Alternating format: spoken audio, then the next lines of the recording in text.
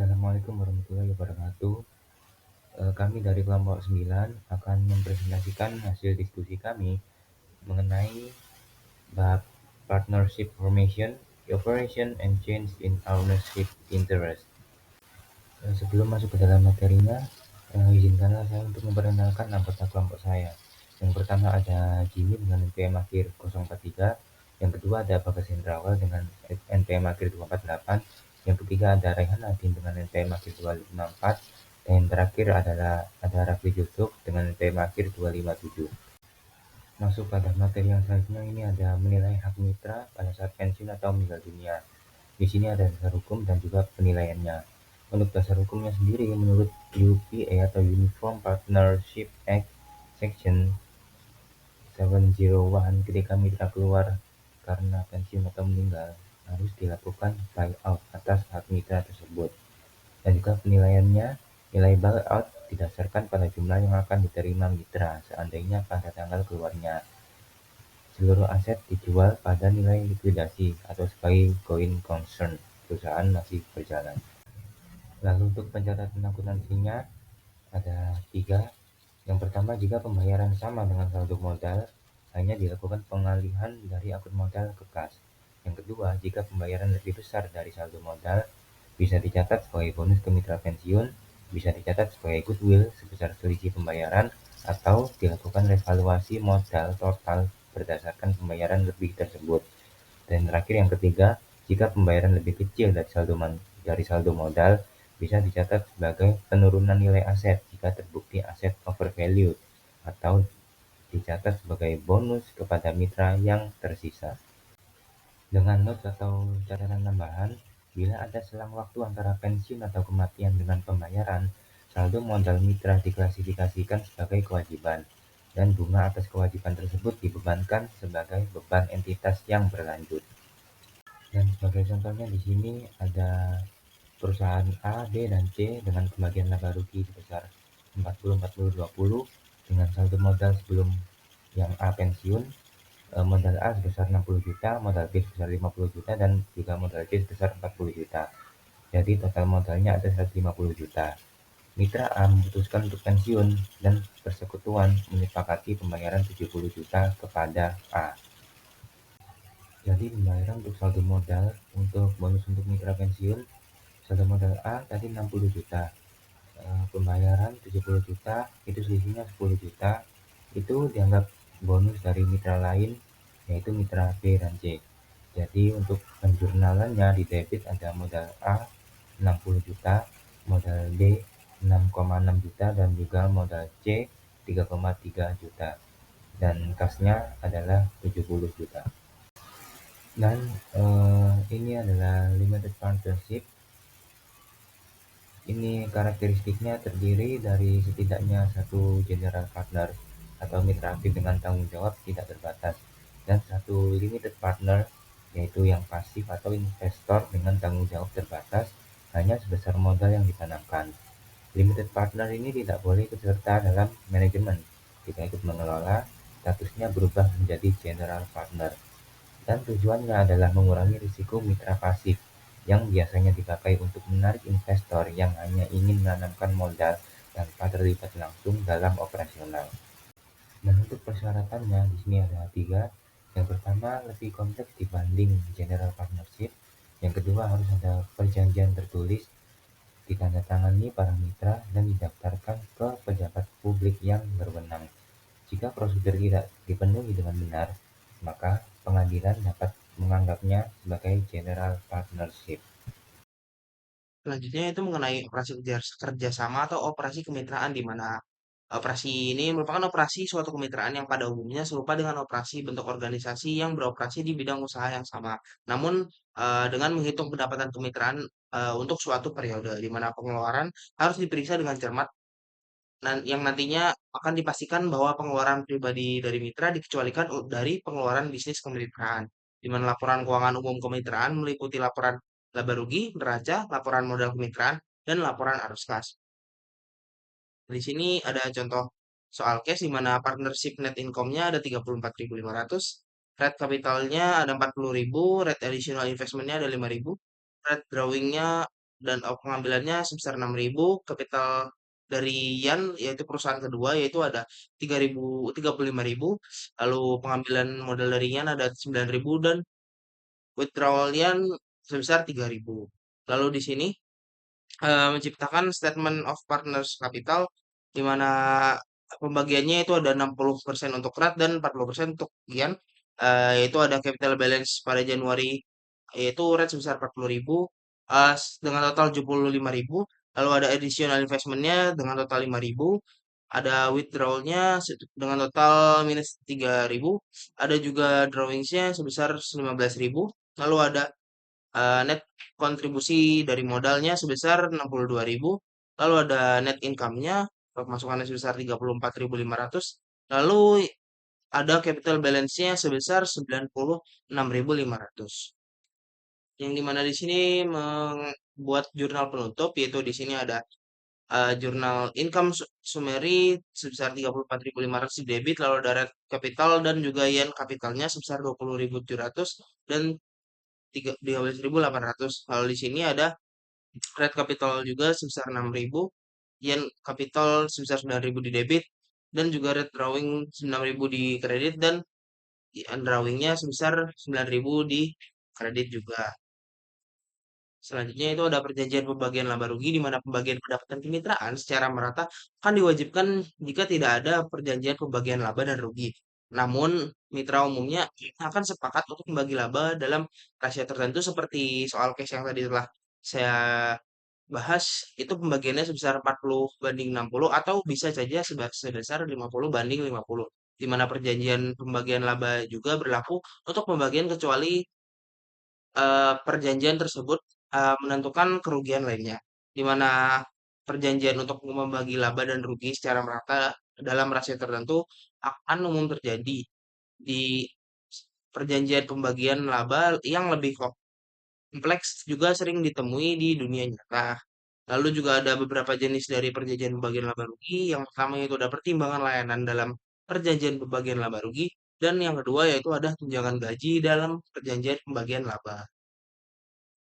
Di sini masih terkait perjanjian pembagian laba rugi, di mana dalam akuntansi kemitraan atau operasional kemitraan, tunjangan gaji mitra tidak termasuk dalam pengeluaran dalam perhitungan laba bersih kemitraan, di mana tunjangan ini merupakan cara untuk mencapai pembagian pendapatan yang adil di antara mitra berdasarkan waktu dan keahlian yang didistribusikan untuk bisnis kemitraan perusahaan, di mana perhitungan laba kemitraan setelah tunjangan gaji mitra dilakukan secara tepat saat membandingkan kerja bisnis di saat kemitraan dengan bisnis serupa dapat dioperasikan dengan bentuk organisasi korporasi, di mana pemegang saham nantinya akan mengabdikan waktunya untuk urusan koperasi, yaitu berupa karyawan, dan gaji mereka akan dikurangkan dalam pengukuran laba bersih korporasi. Lalu perhitungan laba kemitraan setelah tunjangan gaji juga tepat dalam menilai kesuksesan dalam suatu usaha di mana kesuksesannya dapat dilihat berkemampuan untuk memperoleh pengembalian yang wajar atas jasa yang dilakukan oleh mitra, modal yang diinvestasikan dalam bisnis, dan risiko yang diambil oleh perusahaan. Selanjutnya di sini ada modal sebagai faktor dalam perjanjian pembagian lama di mana kontribusi modal kepada mitra mengakibatkan adanya pertimbangan dalam perjanjian pembagian laba dan rugi. Jika modal akan dipertimbangkan dalam pembagian pendapatan kemitraan, perjanjian pembagian laba harus spesifik mengenai konsep modal mana yang akan diterapkan. Ketika saldo modal awal digunakan dalam pembagian pendapatan kemitraan, investasi tambahan selama periode akuntansi mungkin tidak didorong karena mitra yang melakukan investasi tersebut tidak mendapatkan kompensasi dalam bagian pendapatan hingga periode berikutnya. Di sini ada contoh case yaitu pendapatan yang dialokasikan berkaitan dengan modal kemitraan antara Ace dan Soy dibentuk pada 1 Januari dengan masing-masing mitra menyetor 20.000 tunai perubahan pada akun modal selama 2016 yaitu di sini capital balance Januari perusahaan Ace dan Soy menyetorkan 20.000, lalu ada investment pada 1 April yaitu Ace sebesar 2.000 dan pengambilan sebesar 5.000 oleh Soy. Lalu ada investasi pada 1 September oleh S sebesar 3.000 dan pengambilan pada 1 Oktober sebesar 4.000 oleh Soy. Lalu ada investasi sebesar 8.000 pada 31 Desember, di mana Total dari S ini yaitu sebesar capital balance-nya sebesar 25.000 dan untuk SOI sebesar 19.000 di mana nantinya jumlah modal awal, akhir dan rata-rata untuk S dan SOI dibuatkan comparison of capital base. Di sini eh, beginning capital investment-nya sebesar 40.000, lalu ada ending capital investment-nya sebesar 44.000, lalu ada weighted average capital investment sebesar 39.000. Selanjutnya itu ada perubahan dalam kepentingan kerjasama, di mana seorang mitra memiliki hak untuk memisahkan diri dari kemitraan kapan saja. Pemisahan ini adalah perubahan hubungan yang disebabkan oleh seorang mitra yang berhenti terlibat dalam pengelolaan usaha, di mana pemisahan mitra selalu mengakibatkan pembelian kembali kepentingan mitra yang memisahkan diri atau pembubaran dan likuidasi usaha, di mana jika kemitraan tidak dibubarkan ketika seorang mitra mengalihkan haknya dalam kemitraan kepada pihak ketiga, karena pengalihan tersebut tidak secara otomatis mengubah hubungan antar mitra. Pengalihan itu hanya memberikan hak kepada penerima pengalihan untuk menerima bagian mitra yang mengalihkan dalam keuntungan kemitraan di masa depan dan dalam aset kemitraan jika terjadinya likuidasi, di mana penerima pengalihan tidak akan menjadi mitra dan tidak akan memperoleh hak itu untuk ikut serta dalam pengelolaan kemitraan. Nah, assalamualaikum warahmatullahi wabarakatuh. Di sini saya akan melanjutkan dari rekan saya, materi dari rekan saya yang selanjutnya ini ada masuknya mitra baru ke kemitraan yang lama. Nah, mitra baru dapat bergabung dengan persetujuan semua mitra yang berkelanjutan. Nah, untuk masuknya sendiri itu ada dua cara yang teman-teman. Yang pertama itu membeli kepentingan atau dari mitra yang sudah ada. Lalu yang kedua itu menginvestasikan uang atau sumber daya lain ke kemitraan. Nah, pentingnya perjanjian kemitraan baru dan pelakuan akuntansi dapat mengikuti pendekatan bonus atau non-revaluation atau pendekatan goodwill revaluation. Lalu untuk selanjutnya di sini ada pembelian kepentingan dari mitra yang ada.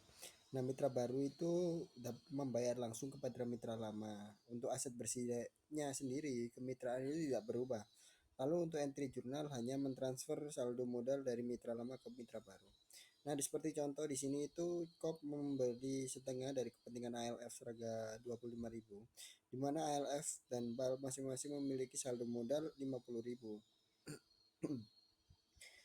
Hanya akun ALF yang akan dikurangi 25.000 dan akun bukan KOP yang ditambahkan 25.000. Jadi hasil akhirnya itu ALF 25.000, KOP 25.000 dan BAL itu memegang 50% gitu teman-teman. Nah, selanjutnya kita masuk ke pendekatan akuntansi revaluasi atau goodwill approach. Digunakan ketika ada indikasi aset kemitraan yang lama memiliki nilai yang belum tercatat atau goodwill. Nah, nilai total kemitraan ini diimplikasikan dari investasi mitra baru atau bagian modal yang dibeli. Nah, goodwill ini dicatat ke akun modal mitra lama berdasarkan rasio pembagian keuntungan dan kerugian mereka. Setelah revaluasi, investasi mitra baru dicatat. Nah, di sini ada pendekatan akuntansi non revaluasi atau bonus approach. Nah, aset kemitraan tidak dinilai ulang atau tidak ada goodwill yang dicatat. Perbedaan antara investasi mitra baru dan bagian modal yang diberikan disesuaikan sebagai bonus. Nah, bonus ini dapat diberikan kepada mitra lama jika investasi lebih besar daripada bagian modal, atau kepada mitra baru jika investasi lebih kecil dari bagian modal. Nah, penyesuaian bonus dapat dilakukan pada akun modal mitra lain sesuai rasio pembagian keuntungan atau kerugian. Baik, di sini saya akan membahas mengenai memahami karakteristik hukum kemitraan atau partnership. Kemitraan didefinisikan dalam pasal 101 ayat 6 UPA sebagai suatu asosiasi yang terdiri dari dua orang atau lebih untuk menjalankan bisnis sebagai pemilik bersama demi keuntungan bersama. Operasi bisnis kemitraan seringkali berjalan lancar ketika ada mitra baru yang diterima atau mitra lama mengundurkan diri.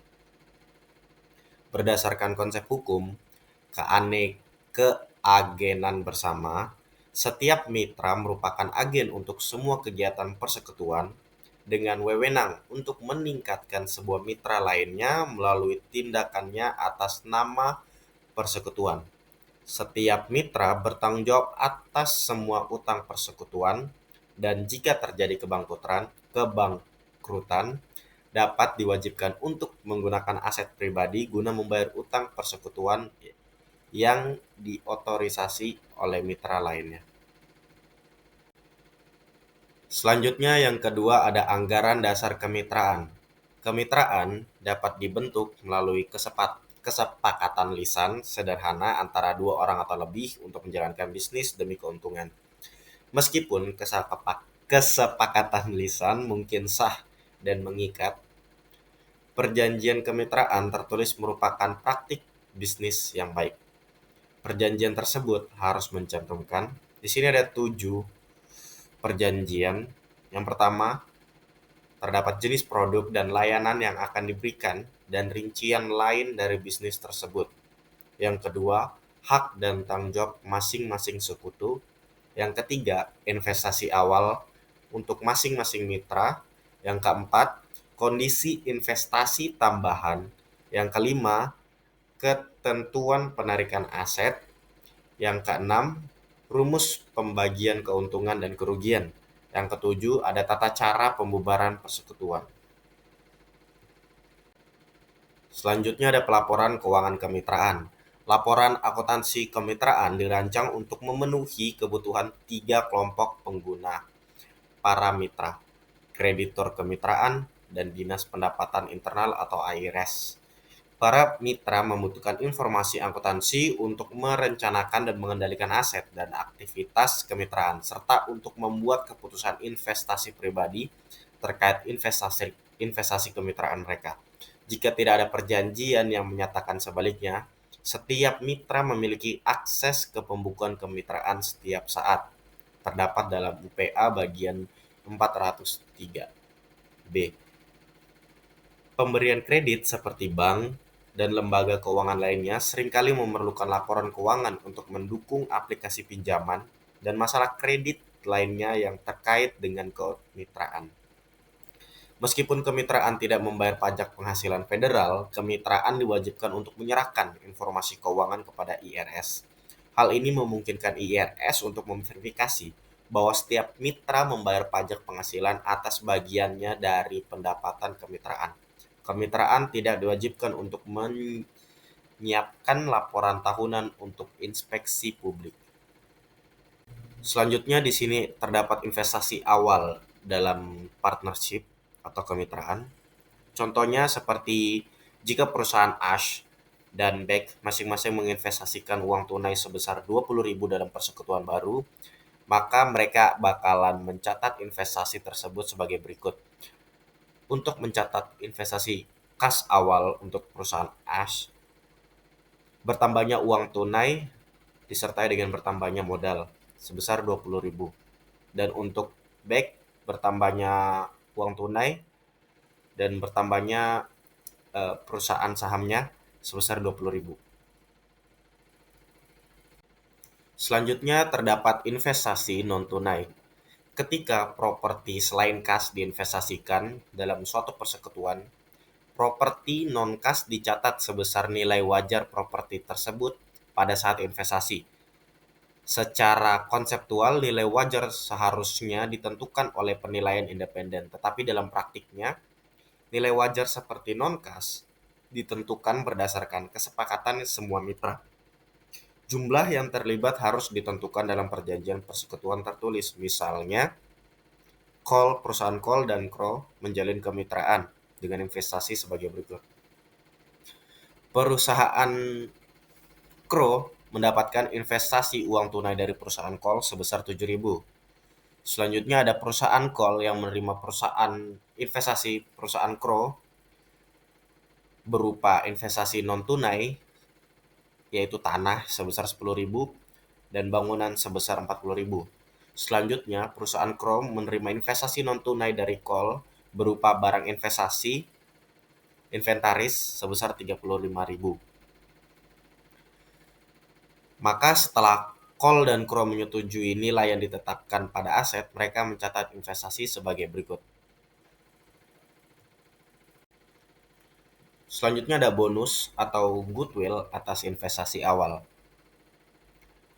Masalah penilaian muncul ketika mitra menyepakati kepentingan modal relatif yang tidak selaras dengan investasi mereka atas aset yang dapat diidentifikasi. Misalnya, Call dan Crow dapat sepakat untuk membagi modal kemitraan secara merata, meskipun Call menyumbang 50.000 dalam aset yang diidentifikasikan dan Crow menyumbang 42.000.